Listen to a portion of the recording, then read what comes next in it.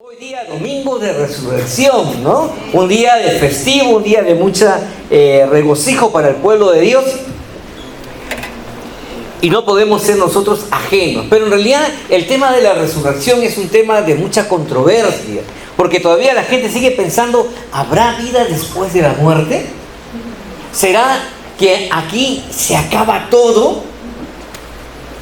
¿No será un mito? ¿No será un cuento? ¿No será simplemente una fábula eso que después de la muerte, o aquellas personas que han vivido, han tenido una experiencia y comienzan a contar que entraron a la luz, vieron un prado hermoso, después dijeron no es tu hora, regrésate, y comenzaron a hablar y dar testimonio, y otros que regresaron de estar cerca a la entrada del infierno y cosas terribles, ¿no? Y comienzan a contar, y muchas veces la gente es muy escéptica con relación a este tema, inclusive aquellos que conocen la palabra de Dios. Porque vamos a ver cómo fueron los religiosos de aquel entonces quienes se escandalizaban de estas palabras cuando hablaba Jesús acerca de la resurrección de los muertos. Yo espero que aquí nadie se escandalice porque somos hijos de Dios, ¿no es así?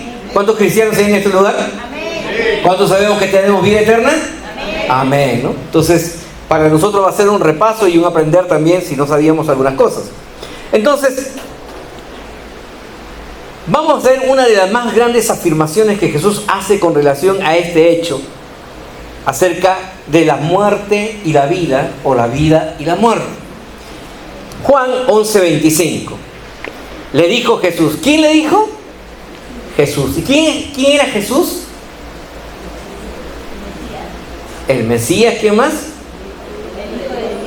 El Hijo de Dios, que era Dios. Juan 1:1. ¿no? En el principio era el verbo, y el verbo estaba con Dios, y el verbo era Dios. Entonces, y le dijo Jesús, es hablando Dios mismo, lo siguiente. Entonces ya no está hablando Jesús como hombre natural, sino como Dios, y le está diciendo a todos los que estaban oyendo ese mensaje: yo soy la resurrección y la vida. El que cree en mí, aunque esté muerto, vivirá. Y todo aquel que vive y cree en mí, no morirá eternamente. Y luego nos hace una interrogante, una pregunta, que hasta el día de hoy sigue vigente para todos los cristianos. ¿Crees esto? ¿Creer en que hay vida después de la muerte? Muchas veces tratamos de entender todo, pero nuestra mente es muy limitada. Y en esa limitación natural que tenemos, muchas veces también queremos limitar el accionar de Dios en nuestra vida, sujetando a Dios a lo que nosotros pensamos, creemos o entendemos. Pero Dios es incomprensible. Él es el Señor de toda la creación. Él es el Dios todopoderoso, y como dice su palabra, para Él no hay nada imposible. Y entonces cuando Jesús da esta afirmación, los religiosos de aquel entonces, por la falta de comprensión, diga conmigo, por la falta de comprensión o entendimiento de la palabra, se escandalizaron. ¿Cómo vas a decir semejante cosa, que tú eres la resurrección? ¿Cómo vas a decir tú que hay vida después de la muerte, si solo Dios lo puede hacer? Ellos saben que Dios lo puede hacer, pero muchas veces en su corazón no lo creen. Como dice también la Escritura, con sus labios me alaban, mas su corazón está lejos de mí. Y muchas veces también pasa eso con los creyentes. Entonces, cuando un creyente está en la revelación de la palabra, vive tranquilo, aún llegado esos últimos momentos de su vida.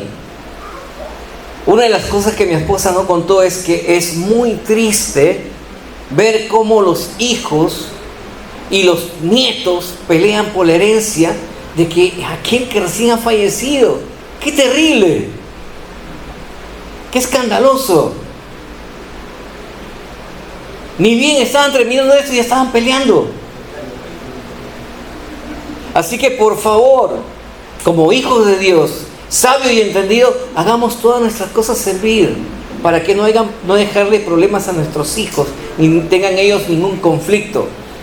Y entonces dice el Señor que hay paz. Yo me acuerdo que una de las cosas que siempre mi madre nos decía, cada vez que ella estuvo con estas enfermedades graves, porque de 3 enfermedades graves el Señor la libró: del cáncer, del tumor en el cerebro, y también de un paro que tuvo ella, Dios la levantó. Y ella siempre decía, el día que yo fallezca, quiero que ustedes estén contentos.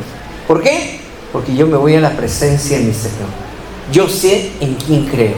Así que si yo no estoy triste, ustedes tampoco tienen por qué estar tristes, porque yo voy a estar feliz. Y entonces los que no tienen la revelación de la palabra, dice, se escandalizaron. ¿Y qué dijeron? Eres un blasfemo, porque estás hablando cosas que no te competen a ti, y se escandalizaron. Porque no habían reconocido que Jesús era Dios. Y entonces Él va a demostrarnos que es Dios a través de 3 historias que son muy conocidas.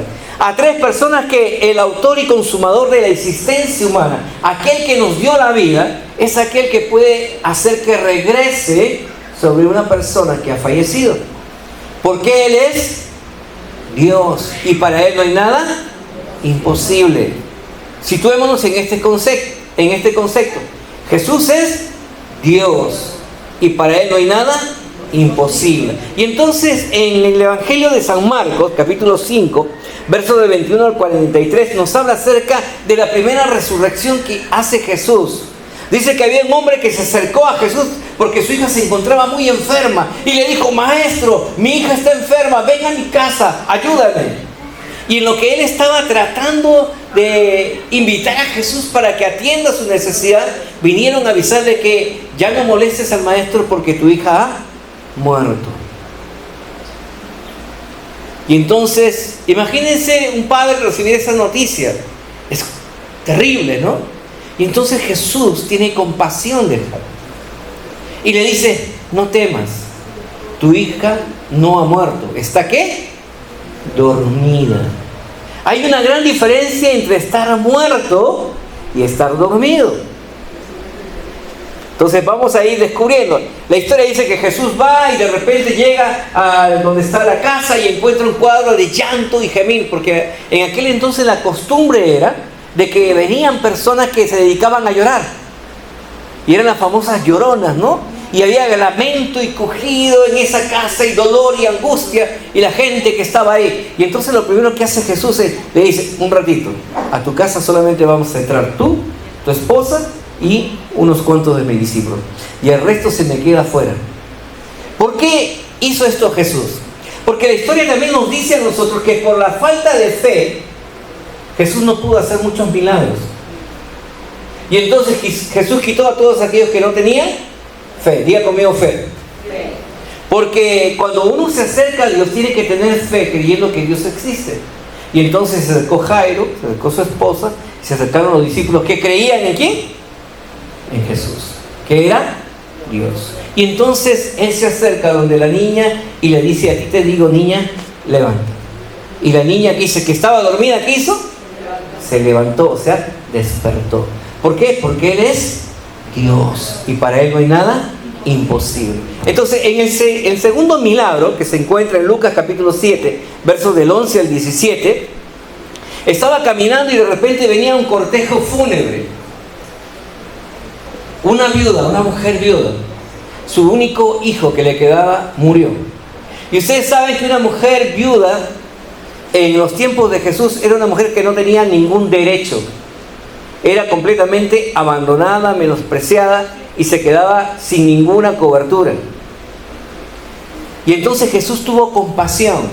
Acercándose al cortejo, se acercó al que estaba dormido y le dijo: levántate. Y al instante, ¿qué dice? Este joven se levantó. Porque Él es Dios. El tercer milagro es tal vez el más conocido. Ah, claro, pero ustedes saben, pero a lo mejor estaban durmiendo porque recién se han muerto, ¿no? Algunos dicen estaba calentito el muerto, ¿no? Pero dice que vinieron las hermanas de Lázaro, Marta y María, a darle noticia a Jesús que su amigo, a quien él quería mucho, estaba enfermo. Pero Jesús intencionalmente se queda un par de días más. Y en ese par de días fallece Lázaro. Y cuando él llega a la ciudad para resucitarlo, dice, su hermana le reclama y dice: Señor, si tú hubieras estado aquí, mi hermano no hubiera muerto, porque ella sabía que era Dios.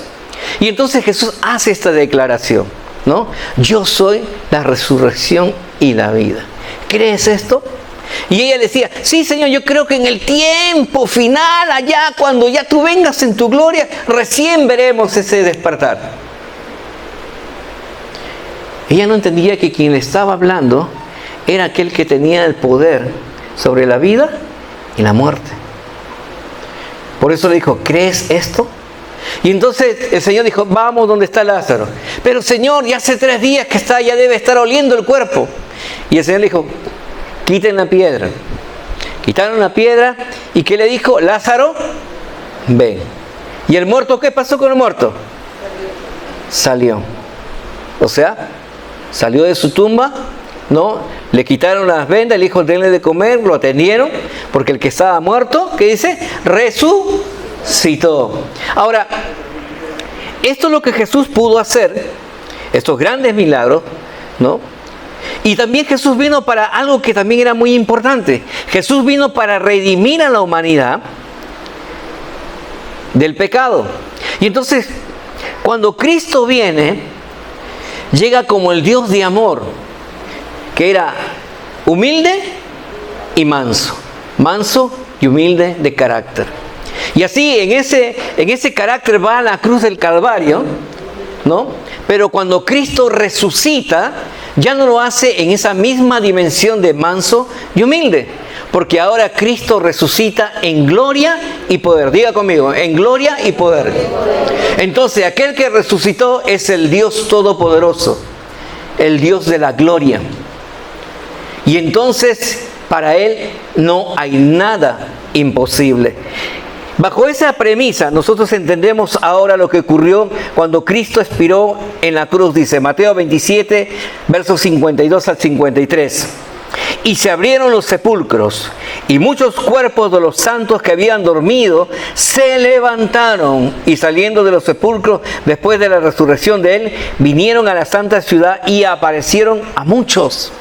Entonces quiere decir que la ciudad de Jerusalén se conmocionó porque muchos hombres piadosos que habían ya muerto resucitaron y comenzaron a tener ahora parte entre los vivientes. ¿Se imagina usted de repente una familia que había tenido una pérdida hace unos meses, hace 1 año, 2 años, de repente Cristo muere, su muerto resucita y va a su casa y toca la puerta? Abren la puerta y lo ven. La impresión, ¿no? Estoy viendo un fantasma, ¿qué es esto? Pero después de la impresión, dice, ocurre algo sobrenatural. Viene un gozo. Porque el que estaba muerto ahora está vivo. Y esto justamente es lo que nosotros tenemos que entender. Lo primero que Jesús va a hacer ahora en estos tiempos es resucitar a los muertos. La Biblia dice que nosotros estábamos como muertos en nuestros delitos y pecados. O sea, éramos como muertos vivientes. ¿Por qué? Porque habíamos perdido toda sensibilidad hacia el dolor de la persona. Nuestros padres podían estar llorando, gimiendo por nuestras acciones erróneas, nuestras esposas, nuestros hijos. La gente inocente, porque simplemente hay gente sin escrúpulo que avasalla sobre ellos, estaban muertos, no tenían ninguna sensibilidad. Y entonces la primera resurrección que ocurre en nosotros es la resurrección de nuestro espíritu. Porque según el diseño de Dios somos espíritu, alma y cuerpo. Pero cuando estamos lejos de Dios, nuestro espíritu, ¿qué está? Dormido. Por eso que cuando Cristo viene y usted recibe la palabra de Dios, lo primero que hace la palabra de Dios es darle vida a tu espíritu. Y a partir de esa vida que tú recibes en Cristo, comienzas a tener un antes y un después. Porque antes no tenía sensibilidad, ahora ya la tienes. Antes no tenía conciencia, ahora tienes conciencia. Antes no podías discernir y decidir correctamente, ahora tienes la capacidad para tomar decisiones correctas, según la voluntad de aquel que te llamó y te escogió para estos tiempos.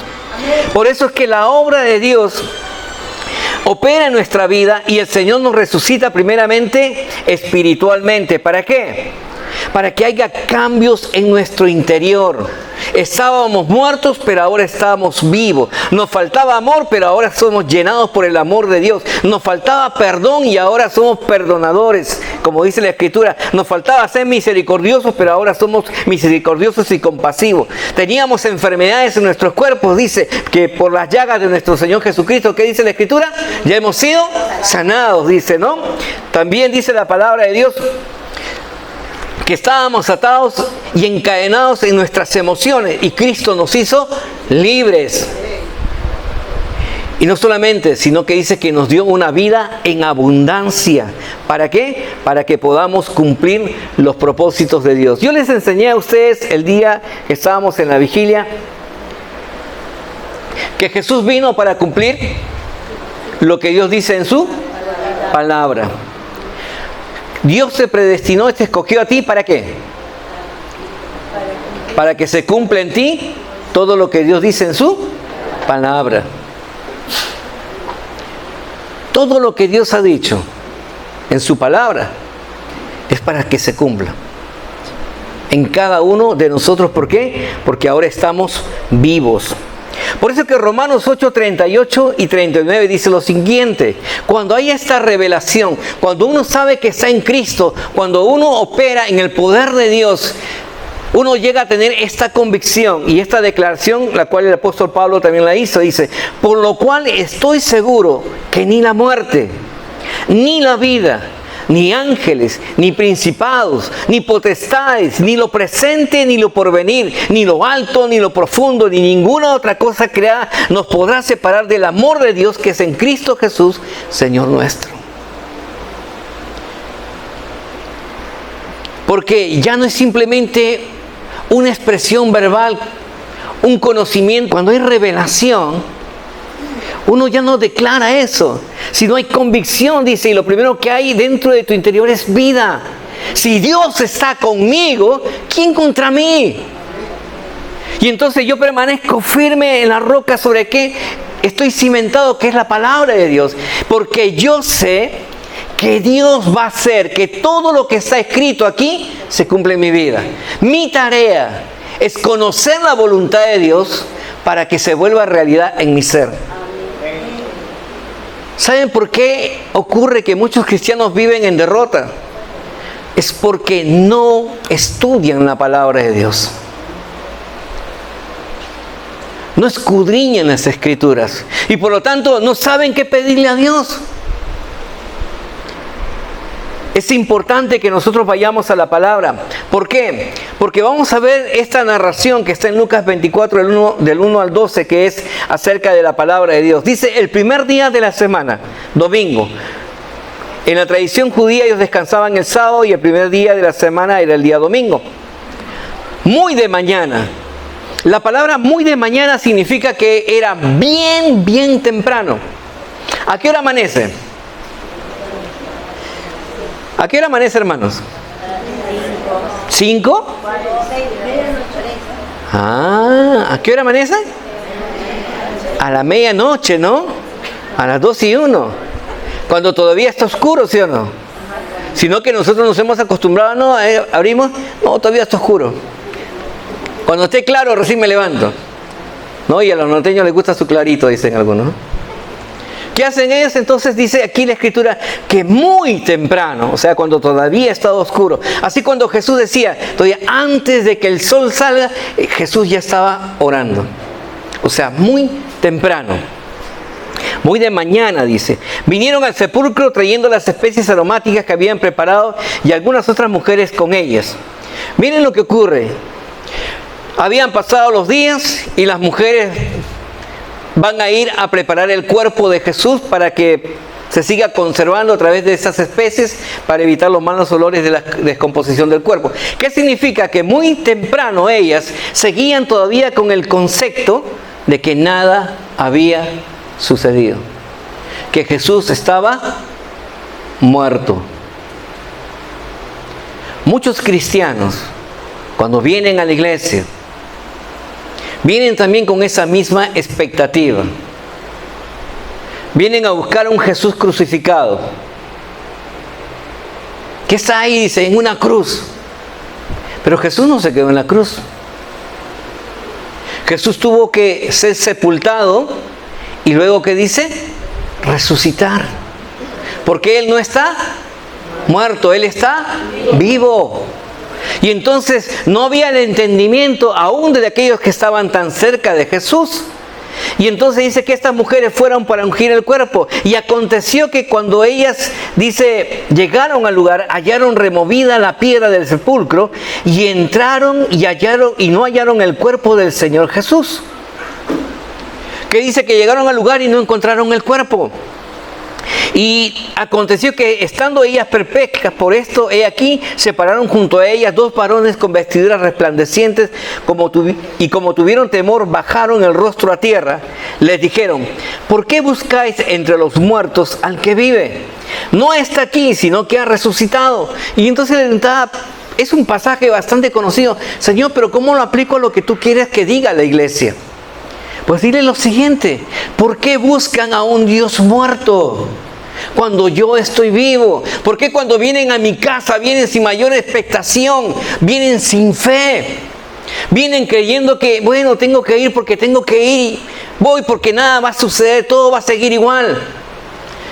Compartíamos ahora en la mañana con dos personas que recibieron a Jesús también hoy día en la mañana allá en Cieneguía, y ellos decían: pastor, yo venía sin mayor expectativa, mi vida ha sido mala, pésima, yo he sido terrible, nada ha cambiado y venía sin nada, pero de repente hoy escuché algo diferente. Y esa palabra ha calado en lo profundo de mi corazón. Tuve vergüenza de salir al frente, pero aquí en mi lugar estuve orando, diciéndole: Señor Jesús, ven a mi vida. Yo quiero recibirte como mi Señor y Salvador personal. Porque el que estaba muerto, dice, ahora por la gracia de Dios ha recibido vida. Y entonces los ángeles le dicen a aquellos que tenían el conocimiento: ¿por qué buscas a un Dios entre los muertos cuando Él sabes que Él te ha dicho que Él es el Dios de la vida? Y muchos están así todavía buscando a Dios sin mayor expectación con relación a lo que va a ocurrir en su vida.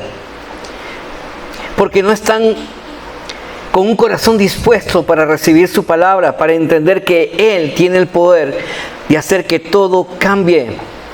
Ellos le dijeron: no está aquí, sino que ha resucitado. Y luego le dice: acordaos de lo que os habló cuando aún estabais en Galilea, diciendo: es necesario que el Hijo del Hombre sea entregado en manos de hombres pecadores y que sea crucificado y resucite al tercer día. Entonces ellas se acordaron de sus palabras y, volviéndose del sepulcro, dieron nuevas de todas estas cosas a los 11 discípulos y a los demás. Eran María Magdalena y Juana, María madre de Jacobo, y las demás con ellas, quienes dijeron estas cosas a los apóstoles. Mas a ellos les pareció locura las palabras de ella y no les creían. Pero levantándose Pedro, corrió al sepulcro, y cuando miró dentro vio los lienzos solos y se fue a casa maravillándose de lo que había sucedido.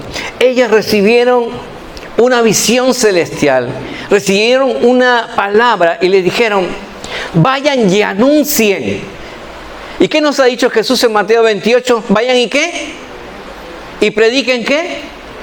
Esta palabra, y enseñen todo lo que se le ha enseñado a ustedes, y llenen la tierra con este mensaje.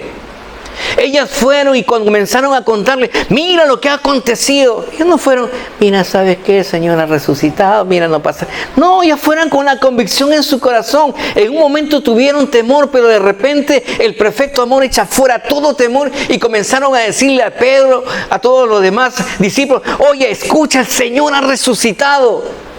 ¿Crees en esto? Y ellos le dijeron: no creemos. Ustedes son locas. ¿Que Dios va a cambiar nuestra vida? ¿Dios va a cambiar nuestra economía? ¿Dios va a cambiar esta salud que tenemos? ¿Estas maldiciones generacionales? ¿Dios lo va a hacer? ¿Tú crees eso? Y es lo que ocurre en el mundo. Pero dice que Pedro, ya conmigo Pedro, el impulsivo, ¿no? El que no tenía el impaciente, el temperamental, se levantó, dice, y salió corriendo. Y yendo al lugar, él no vio, dice, simplemente entró y observó. Él no vio a Jesús. Pero aquí viene lo maravilloso. La fe viene por el oír, ¿y el oír qué? La palabra de Dios. Y entonces él recordó lo que Jesús le había dicho. Y dice que regresó maravillado. Quiere decir que cuando usted venga aquí y escuche la palabra, cuando usted se vaya a su casa, ¿cómo se va a ir? Maravillado. ¿Por qué? Porque Dios no está muerto. ¿Y dónde está Jesús? Con usted. Y entonces usted podrá pararse frente a cualquier circunstancia y decirle: si Dios está conmigo, ¿quién contra mí? Ni potestades, ni principados, ni ángeles. Nada me podrá apartar del amor que se encuentra en Cristo Jesús, Señor nuestro.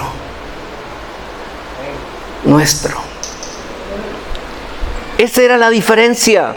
Jesús se presenta a sus discípulos luego de su resurrección para afirmar en ellos su fe e impulsarlos a desarrollar el ministerio de la predicación de su palabra por la tierra. Porque Jesús vino y se presentó a sus discípulos para afirmarlos. El Dios de la vida nos trae aquí a este lugar, ¿para qué? Para afirmar nuestra fe. ¿Pero para qué? Para impulsarnos a no estar simplemente sentados en este lugar, sino a ir y predicar este mensaje a aquellos que aún no le conocen. Por eso es que se ganan almas para Cristo, por la predicación de la palabra. Lucas 24:44. Y le dijo: estas son las palabras que os hablé estando aún con vosotros, que era necesario que se cumpliese todo lo que está escrito de mí en la ley de Moisés, en los profetas y en los salmos. ¿Para qué vino Jesús nuevamente? Para que se cumpliese todo lo que está escrito aquí en su palabra. Para que Dios te predestinó, te escogió a ti, para que se cumpliese y Dios cumpla todo lo que ha escrito aquí en su palabra. ¿En quién? En usted. Por eso es importante que comprendamos este propósito. Dios ha traído su palabra a nuestra vida. ¿Para qué Jesús entregó su vida por usted? ¿Para qué Dios pensó en ti antes de la creación y te predestinó para este tiempo? Lo acabamos de decir hace un momento.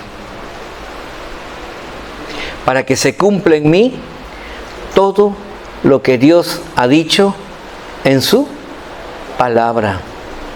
Y según la palabra de Dios, yo soy bendecido, yo soy próspero, yo estoy sano, yo todo lo puedo en Cristo Jesús que me fortalece.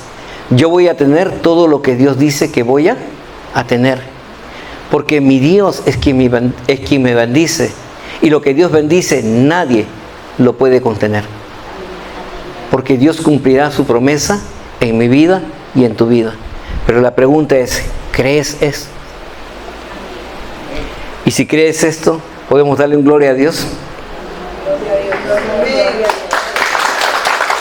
Porque es digno de merecer toda honra. Entonces, la resurrección de Jesús no fue la misma experiencia que la resurrección de la hija de Jairo, que el hijo de la viuda de Naín, que la resurrección de Lázaro. Porque ellos resucitaron y luego volvieron a morir. Porque resucitaron en un cuerpo nuevamente natural. Y según la ley natural nacemos, crecemos, nos reproducimos y morimos. Pero según la ley espiritual, cuando Jesús resucita, lo hace de una manera totalmente diferente. Jesús resucita en poder y en gloria. Diga conmigo: en poder y gloria. Y entonces su cuerpo no era un cuerpo natural. Tenía semejanza a la nuestra, porque dice que cuando estaban los discípulos reunidos en un lugar encerrado por el temor, dice: Jesús se apareció en medio de ellos. Y todos pensaban que era un espectro, un fantasma. Y él dijo: un ratito, tranquilos, tóquenme. No, pongan sus dedos aquí, donde iban los clavos. ¿Tienen algo que comer? Denme, porque los fantasmas, los espíritus no comen. Yo sí como. Y es más, con ese mismo cuerpo, estando ya en el Evangelio de Mateo capítulo 28, cuando ocurre la ascensión hacia los cielos, dice la Escritura que con ese mismo cuerpo él fue llevado hacia el cielo y hoy está sentado en el trono de la gloria de Dios. ¿Por qué digo esto, hermano? Porque es importante que usted tiene que entender lo siguiente. Jesús dijo lo siguiente en Juan 10:18. Nadie me quita a mí la vida, sino que yo de mí mismo la pongo. Tengo poder para ponerla y tengo poder para volver a tomarla. Este mandamiento recibí de mi Padre. Entonces, entienda, Él es Dios y Él está por encima de la muerte. Y es lo que Él nos está diciendo a nosotros. Si hay entendimiento en la resurrección de Cristo, no solamente que Cristo resucitó, sino que Cristo resucitó en poder y gloria, entonces vamos a poder apropiarnos de esta promesa que está en Apocalipsis 21 del 1 al 4. Dice, vi un cielo nuevo y una tierra nueva, porque el primer cielo y la primera tierra pasaron y el mar ya no existía más. Y yo, Juan, vi la santa ciudad, la nueva Jerusalén, descender del cielo de Dios dispuesta como una esposa ataviada para su marido. Y oí una gran voz del cielo que decía, he aquí el tabernáculo de Dios con los hombres, y Él morará con ellos. Y ellos serán su pueblo, y Dios mismo estará con ellos, como su Dios. Enjugará Dios toda lágrima de los ojos de ellos. Y dice la Escritura, y ya no habrá muerte, ni habrá más llanto, ni clamor, ni dolor, porque las primeras cosas pasaron. Por eso es que la Escritura nos dice que los cristianos no morimos, descansamos. ¿Hasta cuándo? Hasta que nuestro Redentor nos llame. Porque según la Escritura dice que cuando la trompeta suene y cuando el Señor nos llame, los muertos, ¿qué dicen? Los que están durmiendo, ¿qué hacen? Van a resucitar y serán llevados y serán transformados sus cuerpos en cuerpos glorificados, semejantes al de nuestro Señor Jesucristo. Y ya la muerte no tendrá señorío sobre nosotros. Y esta es la importancia de la promesa de Dios. ¿Saben por qué? Porque ¿quién lo dice? ¿De quién viene esta afirmación? Jesús nos asegura que el poder de Dios que está presente en el mundo hace que todas las cosas sean posibles.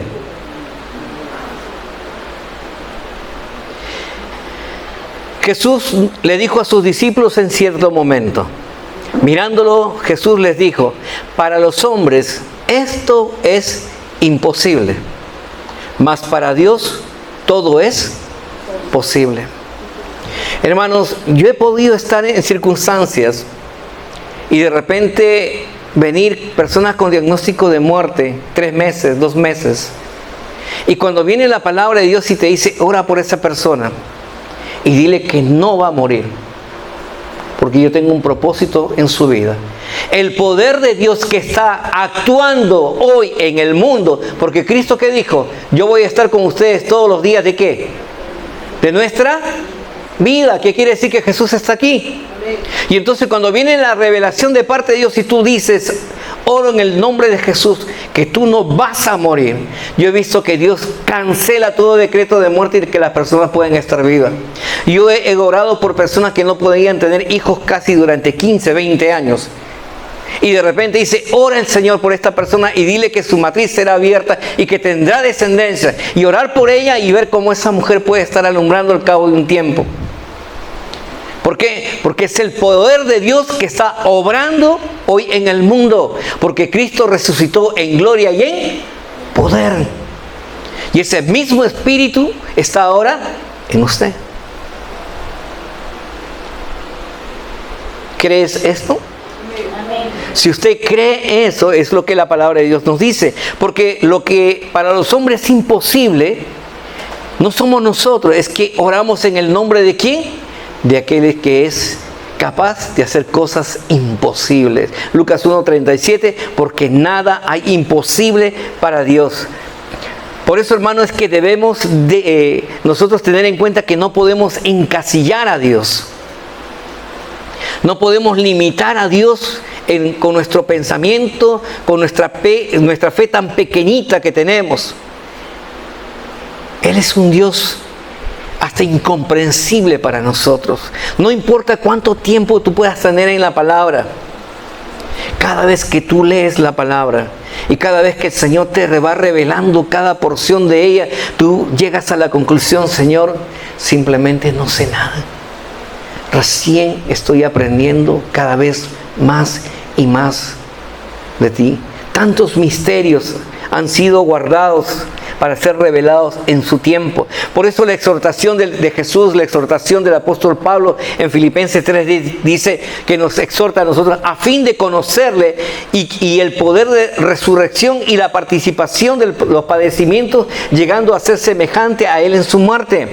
Primero dice, a fin de conocerle. ¿Conoces tú a Jesús? ¿Conocemos a Jesús? No, yo les conté la semana pasada que un predicador estuvo ahí, se fue a hacer una liberación y comenzó a exhortar al demonio. Y el demonio le dijo: yo a Jesús lo conozco, pero yo a ti no te conozco.